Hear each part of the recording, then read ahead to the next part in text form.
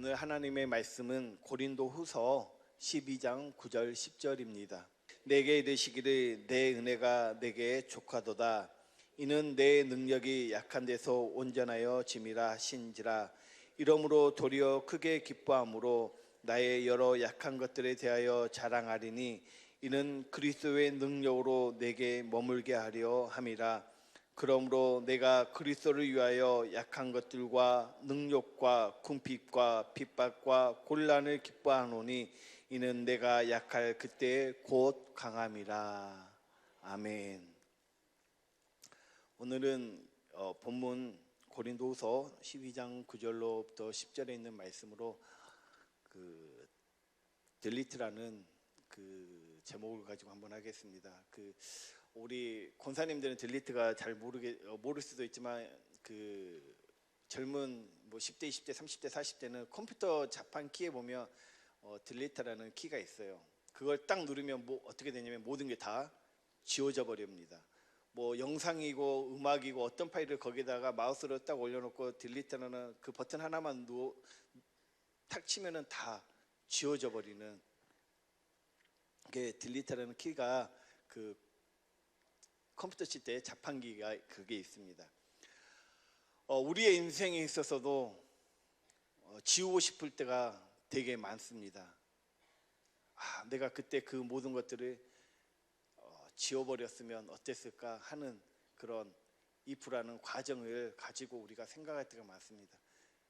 그래서 그걸 지워버리면, 그때 그 사건들을 지워버렸으면 오늘날 지금의 내가 이렇게 있지는 아니할 건데, 지금의 나의 모습이 이렇지는 않을 건다면서 우리는 만약이라는 그런 것과 그때 내가 그것들을 하지 않았으면, 만나지 않았으면 하는 그런 우리의 안 좋은 것들을 지워버리려고 하는 그런 것들이 누구에게나 다 있습니다.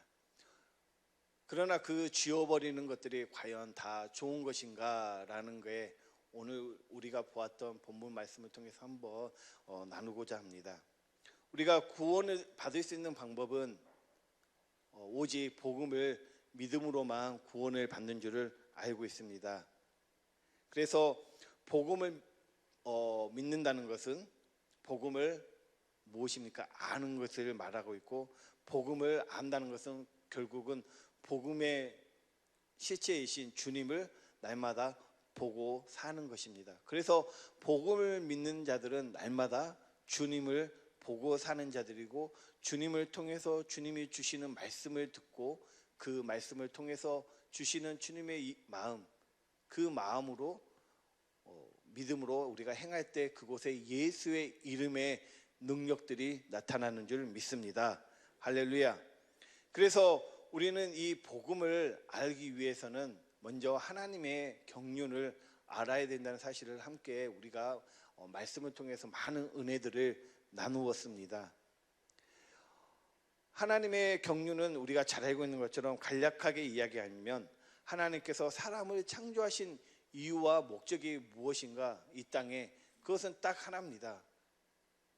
그리스도를 머리로 해서 우리가 그의 몸이 되어서 무엇이 되어 살아가는 것을, 어떻게 살아가는 것이 하나님의 경륜입니까? 교회에 되어서 살아가는 것이 하나님의 경륜입니다. 그래서 교회를 통해서 하나님께서는 하나님의 나라를 세우시기를 원하고 계심을 우리에게 말씀을 하고 있습니다. 에베소서 1장 22절 23절을 공동 번역으로 한번 보겠습니다. 에베소서 1장 22절 23절의 말씀입니다. 다 같이 읽겠습니다. 시작. 하나님께서는 만물을 그리스도의 발 아래 굴복시키셨으며 그분을 교회의 머리로 삼으셔서 모든 것을 지배하게 하셨습니다. 교회의 머리로 삼으셔서 모든 것을 지배하게끔 하셨다고 말씀을 하고 계십니다. 23절. 교회는 그리스도의 몸이며 만물을 완성하시는 분의 계획이 그 안에서 완전히 이루어집니다. 할렐루야. 즉 하나님께서는 우리를 교회되게 하셔서 우리가 그리스도의 몸이 되어서 그리스도를 머리로 해서 그리스도께서 주시는 생각과 마음으로, 즉 하나님의 생명을 가지고 하나님의 이름인 예수의 이름으로 살도록 하는 것이 하나님의 경륜이고 하나님의 목적임을 우리는 잘 알고 있습니다. 할렐루야. 이렇게 우리가 하나님의 경륜을 알고 하나님의 목적을 알아서 그 목적인 그리스도의 몸이 되어서 교회 되어서 살아갈 수 있도록 하시기 위해서 하나님께서 약속하신 것이 우리가 잘 알고 있는 원시 언약, 할례 언약, 두 번째 언약, 새 언약이죠. 할렐루야. 그래서 새 언약의 중보자로 오셔서 우리 안에서 두 번째 언약을 이루심으로 말미암아 우리가 온전히 그리스도의 몸이 되어서 교회 되어서 살아갈 수 있도록 하나님께서 이 복음을 우리에게 알게 하여 주셨습니다. 할렐루야. 그래서 우리는 이 복음을 믿고 살기만 하면 된다고 말씀을 하고 있습니다. 그런데 오늘 우리에게 전해진 이 복음을 우리만 아는 것이 아니라 예수 그리스도를 통해서 예수님을 만났던 당시의 사람들도 복음을 통해서 그리스도를 직접 보기도 했지만 승천하신 이후에 성령 안에서 오신 그리스도를 날마다 많은 사람들이 보고 살았습니다. 그 중에 한 명이 오늘 본문에 기록되어 있는 저자인 바울도 그리하였음을 우리는 잘 알고 있습니다. 그래서 바울이 쓴 그 편지 중에 로마 교회를 향해 쓴 편지 로마서 1장 16절 17절의 말씀을 우리는 잘 알지만 바울이 어떤 마음으로 이 글을 썼는가 한번 다시 한번 보겠습니다. 로마서 1장 16절 17절입니다. 개역 한글로 바꿔주십시오. 네. 내가 복음을 부끄러워하지 아니하노니 이 복음은 모든 믿는 자에게 구원해 주시는 하나님의 능력이 됨이라. 첫째는 유대인에게요 또한 헬라인에게로다. 17절 복음에는 하나님의 의가 나타나서 믿음으로 믿음에 이르게 하나니 기록된 바 오직 의인은 믿음으로 말미암아 살리라 함과 같으니라. 라고 바울이 로마 편지에도 이렇게 로마에 있는 성도들에게 이 편지를 보냈지만 그 보낸 편지의 마음을 보낸 바울은 이미 그 믿음으로 말미암아 왜 살아가야 되는 것인가를 자기의 바울의 안에 계신 주님을 통해서 이미 확증을 받았고 알고 있었다는 사실을 우리는 잘 알고 있습니다. 그래서 바울이 갈라디아서 1장 11절 12절 말씀을 보겠습니다. 갈라디아서 1장 11절 12절에 보면 형제들아 내가 너희에게 알게 하노니 내가 전한 복음이 사람의 뜻을 따라 된 것이 아니라. 그러니까 의인은 복음으로 말미암아 의인은 복음을 믿음으로 말미암아 산다는 그것이 내가 너희에게 이런 복음을 전하는 것이 사람의 뜻으로 된 것이 아니라 12절에 이는 내가 사람에게서 받은 것도 아니요 배운 것도 아니요 오직 예수 그리스도의 계시로 말미암은 것이라. 아멘. 바울은 자기 안에 계시는 그리스도로 말미암아 이 말씀을 듣고 그 말씀을 듣고 사는 것이 얼마나 귀한 것인가. 그래서 그 말씀 안에서 주시는 주님의 마음, 예수의 이름으로 사랑하는 것이 얼마나 귀한 것인가를 알고 있게 너희들이 복음을 믿음으로 말미암아 살라고 이렇게 바울이 본문 말씀을 가지고 고백을 하고 있습니다. 그런데 이렇게 오직 복음을 믿음으로 말미암아 날마다 성령 안에서 주님이 주시는 말씀을 듣고 살았던 바울에게도 무엇이 있었을까요? 많은 어려움과 여러 가지 직면하는 문제들도 그에게도 있었다고 말을 하고 있습니다. 왠지 바울은 그런 문제 없이 아주 복음을 너무나 잘 알고 있으니까 잘 나갈 것 같았지만 그러나 그도 실상 우리와 똑같은 성정을 가진 이고 그가 받았던 그런 어려운 문제도 우리도 동일하게 우리가 받았던 그 여러 가지 어려운 문제도 우리만 받은 것이 아니라 바울도 그런 어려운 여러 가지 고난과 고통과 그런 문제에 직시하고 살았음을 우리는 알고 있습니다. 그래서 고린도후서 11장 24절을 보겠습니다. 고린도후서 11장 24절부터 보면 유대인들에게 40에 하나 감한매를 5번 맞았으며 25절 3번 태장으로 맞고 1번 돌로 맞고 3번 파선하는데 이 주야를 기품에서 지냈으며 여러 번 여행에 강의 위험과 광도의 위험과 동족의 위험과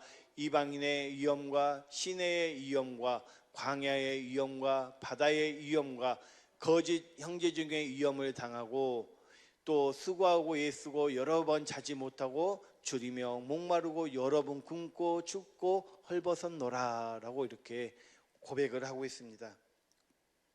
이처럼 바울도 많은 그 어려움과 고난 가운데 그러면서 여러 가지 문제도 가지고 있었고 그걸 어떻게 해결할 것인가 늘 기도하고 고민했던 사람도 바울이었습니다. 우리와 동일하죠. 그래서 우리가 잘 알고 있는 것처럼 바울이 누구하고도 싸웠습니까? 바나바와도 이렇게 티격태격 했지 않습니까? 우리도 그럴 때가 많은 거예요. 근데 우리만 그런 것이 아니라 바울도 그랬고 바울도 이런 여러 가지 복음으로 말미암아 살아가는 귀한 사도이었음에도 불구하고 바울도 여러 가지 어려움에 그런 고난을 당했다고 말씀을 하고 있습니다. 그런데 이렇게 바울이 자기의 생애에 있어서 우리의 입장에 제3자의 입장에서 바울의 삶을 보면서 바울의 일생에 있어서 가장 지우고 싶었던 사건은 무엇이었을까? 어떤 것이었을 것 같습니까? 바울이 정말로 자기의 인생에 있어서 정말 지워버리고 싶은 사건은 무엇이 있었을까요? 그거는 우리가 너무나 잘 알고 있습니다. 갈라디아서 1장 13절 말씀을 한번 보겠습니다. 갈라디아서 1장 13절에 보면 내가 이전에 유대교에 있을 때 행한 일을 너희가 들었거니와 하나님의 교회를 심히 핍박하고 잔해하고 사도행전 22장 3절부터 5절 보면은 사도행전 22장 3절부터 5절에도 보면 나는 유대인으로 길리기아 다소에서 났고 이 성에서 자라 가말리엘의 문화에서 우리 조상들의 율법에 엄한 교훈을 받았고 오늘 너희 모든 사람처럼 하나님께 대하여 열심하는 자라. 4절 내가 이 돌을 핍박하여 사람을 죽이기까지 하고 남녀를 결박하여 옥에 넘겼으니 5절 이에 대제사장과 모든 장로들이 내 증인이라. 또 내가 저희에게서 다메섹 형제들에게 가는 공문을 받아 가지고 거기 있는 자들도 결박하여 예루살렘으로 끌어다가 형벌을 받게 하려고 가더니. 아마 제 생각 같을 때는 바울이 정말 지워버리고 싶은 사건이 무엇이었을까? 그건 다름 아닌 교회를 핍박하고 그 교회 성도들을 죽이는데 앞장섰던 그 자신이 아니었을까? 그때의 그 사건이 아니었을까라고 이렇게 고백을 합니다. 고백을 하진 않았어요. 이렇게 기록이 되어 있어요. 두 군데 봤는데 여러 군데 나오는데 한 군데만 더 보면은 사도행전 26장 9절에도 보면은 나와 있죠. 26장 9절부터도 보면 나도 나사렛 예수의 이름을 대적하여 범사를 행하여 될 줄 스스로 생각하고 10절 예루살렘에서 이런 일을 행하여 대제사장들에게 권세를 얻어 가지고 많은 성도들을 옥에 가두며 또 죽일 때 내가 가편투표를 하였고 11절 또 모든 회당에서 여러 번 형벌하여 강제로 모독하는 말을 하게 하고 저희를 대하여 심히 격분하여 외국 성까지도 가서 결박하였고 12절 그 일로 대제사장의 권세를 위임을 받고 다메섹으로 갔나이다. 사도행전에서만 자기가 교회를 핍박하였다는 내용이 2번이나 기록이 되어져 있습니다. 정말 인생에 있어서 지우고 싶은 그런 정말 엄청난 사건들을 바울이 가지고 있었지만 그럼에도 불구하고 이렇게 큰 일을 행한 바울이 스스로를 뭐라고 표현합니까? 디모데전서 1장 15절에 이렇게 표현을 하고 있습니다. 디모데전서 1장 15절 보면 미쁘다 모든 사람이 받을 만한 이 말이여 그리스도 예수께서 죄인을 구원하시려고 세상에 임하셨다 하였도다. 죄인 중에 내가 괴순이라. 자기는 그냥 죄인인 너희들은 그냥 일반 죄인인 것 같은데 나는 죄인 중에 괴수다고 이렇게 표현합니다. 괴물 같은 존재였다고. 왜 그렇습니까? 왜 이런 고백을 합니까? 바울이 믿음으로 복음을 살았던 바울도 이 기억만큼은 지우고 싶었던 그의 심정이 있었을 거예요. 이건 제 추측입니다. 엄연히 제 추측이에요. 그럼에도 불구하고 바울은 그러지 아니하였어요. 과감하게 뭐 했습니까? 자기의 그 잘못된 행정, 괴수 같은 그 일들을 뭐 했어요? 다 낱낱이 서신서에, 사도행전뿐만 아니라 갈라디아서 여러 군데 서신서에 자기의 그런 괴수와 같은 모습들을 뭐 했어요? 다 적나라하게 다 기록을 해 놓았습니다. 왜일까요? 왜 이렇게 해놨을까요? 고린도후서 4장 8절부터 보면 이렇습니다. 고린도후서 4장 8절부터 보면 우리가 사망으로 우겨쌈을 당하여도 쌓이지 아니하며 답답한 일을 당하여도 낙심하지 아니하며 핍박을 받아도 버림받지 아니하며 거꾸로 뜨림을 당하여도 망하지 아니하고 우리가 항상 예수 죽인 것을 몸에 짊어짐은 예수의 생명도 우리 몸에 나타나게 하려 함이라. 아멘. 바울은 자기에 있어서 그 큰 마음에 상처고 그 당시에 없던 단어지만 지금 표현하면 자기에게 큰 트라우마 같은 그런 아픔이었죠. 내가 내 사랑하는 성도들을 내 손으로 죽였네. 나는 어찌할꼬, 나는 어찌할까. 복음을 전하면서도 수없이 이런 고백을 할 때 그 마음은 얼마나 그 마음에 상처가 깊었겠습니까? 그럼에도 불구하고 그 상처를 지우지 아니하고 놔두었습니다. 왜? 이제 금방 읽었던 것처럼 예수의 생명이 내 안에 항상 나타나게 하기 위함이라고 고백을 하고 있습니다. 그래서 바울이 고린도전서 15장 10절에 이렇게 고백을 하고 있습니다. 고린도전서 15장 10절 말씀을 보면 고린도전서 15장 10절입니다. 그러나 나의 나된 것은 하나님의 은혜로 된 것이니 내게 주신 그의 은혜가 헛되지 아니하며 내가 모든 사도보다 더 많이 수고하였으나 내가 아니요 오직 나와 함께 하신 하나님의 은혜로다 라고 고백을 하고 있습니다. 사랑하는 성도님, 집사님, 권사님, 장로님, 우리가 살아가면서 많은 상처를 입을 수가 있습니다. 정말 왜 나에게는 이런 문제가 왔는지, 왜 내게 이런 문제가 와서 나를 이렇게 힘들게 하는지 모를 때가 있습니다. 바울도 자기가 그 예수 믿는 자들을 죽이는 그 선봉장에 섰음을 복음을 통해 이후에 알게 됐습니다. 그리고 복음을 통해서도 그 깊은 상처들을 그대로 보여주고 살았습니다. 왜 그렇습니까? 나의 약함을 통해서 누구를 드러내기 위함입니까? 그리스도를 나타내고 보여주기 위함입니다. 사랑하는 성도님들, 살면서 많은 어려운 문제가 있고 남이 겪어보지 못한 경험들을 할 때가 있습니다.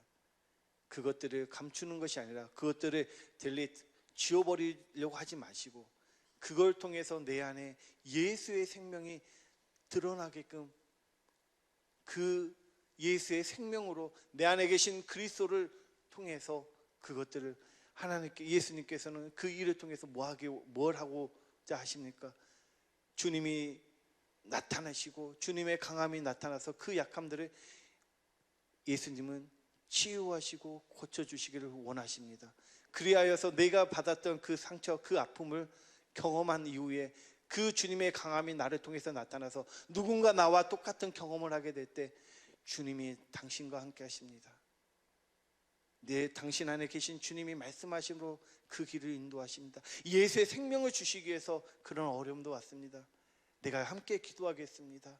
함께 도와주겠습니다. 이겨내십시오. 그 믿음의 길을 갈 수 있도록 우리 안에 바울이 그 믿음으로, 우리도 믿음으로 말미암아 우리 안에 계신 주님을 통해서 그런 여러 가지 어려운 문제가 온다 할지라도 내 안에 계신 주님의 생명이 나를 통해서 날마다 나타나고자 원하시는 게 주님의 소원인 줄 믿습니다. 그래서 고린도후서 11장 29절에 이렇게 고백을 합니다. 고린도후서 11장 29절에 보면은 이 29절의 말씀이 어떤 내용이냐면, 앞절에 아까 우리가 태장으로 맞고 죽임을 당하고 수없이 많은 고난을 받은 이후에 그 고백 이후에 29절에 이 고백을 합니다. 그렇게 자기가 어려운 문제들과 그런 고난과 그런 일들을 당한 이유가 무엇인가 고린도 후서 11장 29절 공동 번역으로 보겠습니다. 다 같이 읽겠습니다. 시작. 어떤 교우가 허약해지면 내 마음이 값지 아프지 않겠습니까? 어떤 교우가 죄에 빠지면 내 마음이 애타지 않겠습니까? 이 마음이죠. 누구의 마음이에요? 주님이 주시는 마음이에요. 바울이 알아요. 자기도 그렇게 해봤고 그런 경험들을 했지만 그것들을 숨겨놓은 것이 아니라 나의 약함을 드러내서 그리스도의 강함으로 나타내서 당신이 힘든 것을 저도 압니다.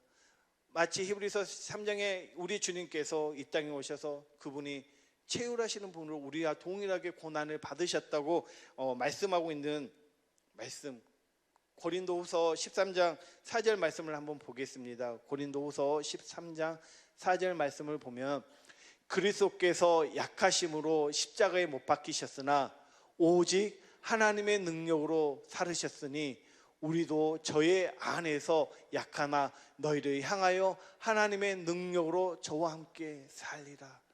할렐루야.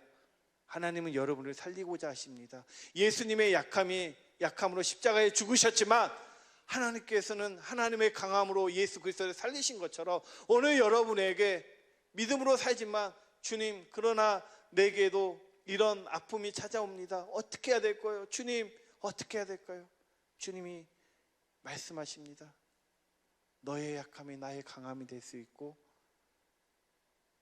이제 금방 읽었던 말씀처럼 너의 죽음이 하나님의 다시 새 생명으로 이렇게 세울 수 있는 능력이 된다고 말씀하시면서 우리에게 그 아픔을 아픔으로만 여기지 말고 그 안에서 우리에게 새 생명으로 부어주신 주님의 말씀을 듣고 주님의 생명을 누리라고 오늘 우리가 주님께서 말씀하고 계십니다. 그래서 오늘 본문 말씀에 12장 9절에 다시 한번 보겠습니다. 고린도서 12장 9절에 보면 내게 이르시기를 내 은혜가 내게 족하도다. 이는 내 능력에 약한 데서 온전하여 짐이라 하신지라. 이러므로 도리어 크게 기뻐함으로 나의 여러 약한 것들에 대하여 자랑하리니 이는 그리스도의 능력으로 내게 머물게 하려 함이라. 할렐루야. 바울이 자기의 약함들을 낱낱이 증거했어요. 자기는 죄인 중에 개쓰고 내가 교회를 핍박하였지만 그러나 그리스도의 말씀을 듣고 그리스도의 생명으로 내가 태어나서 이제는 그 복음을 증거하는데 어떤 고난과 어떤 어려움이 오더라도 사망의 문이 내 앞에 온다 할지라도 나는 그 복음을 위해서 지금도 내어가고 있다. 그러니 강하고 담대하라고 오늘 우리 주님께서 우리 사랑하는 성도님들에게 말하고 있습니다. 그래서 바울이 아까 보았던 것처럼 고린도전서 15장 10절에 이 모든 것이 하나님의 은혜다고 고백을 하고 있습니다. 할렐루야. 그래서 우리가 잘 아는 찬양에도 이런 가사가 있습니다. 은혜가 아니면 살아갈 수가 없네. 호흡마저도 다 주의 것이니 세상 평안과 위로 내게 없어도 예수, 오직 예수뿐이네라고 말씀하십니다. 그 우리 안에 계신 주님이 우리를 버티게 하시고 견디게 하심으로 말미암아 그 상처 입은 자국들을 주님의 생명으로 꼭꼭 채워주어서 그 상처난 구멍에 예수의 생명을 채워줘서 그 예수의 생명, 나의 약함을 통해서 예수의 강함이 드러남으로 말미암아 그 영혼을 통해서 그리스도를 보게끔 하는 은혜가 복음을 통해서 우리가 믿음으로 나아갈 때 그리하여서 우리 안에 계신 주님의 말씀을 듣고 그분의 말씀으로 우리가 위로를 받고 그 주님의 주시는 그 마음으로 살아갈 때 우리가 나의 약함을 통해서 예수의 이름이 강하게 되고 그 이름으로 우리가 복음을 증거하는 삶을 살 수 있음을 알고 날마다 우리 안에 계시는 주님을 봄으로 말미암아 살아가면서 주님, 내 삶에 오직 예수뿐이라는 믿음의 고백을 날마다 하고 살아가는 그런 은혜가 있기를 예수의 이름으로 부탁드립니다.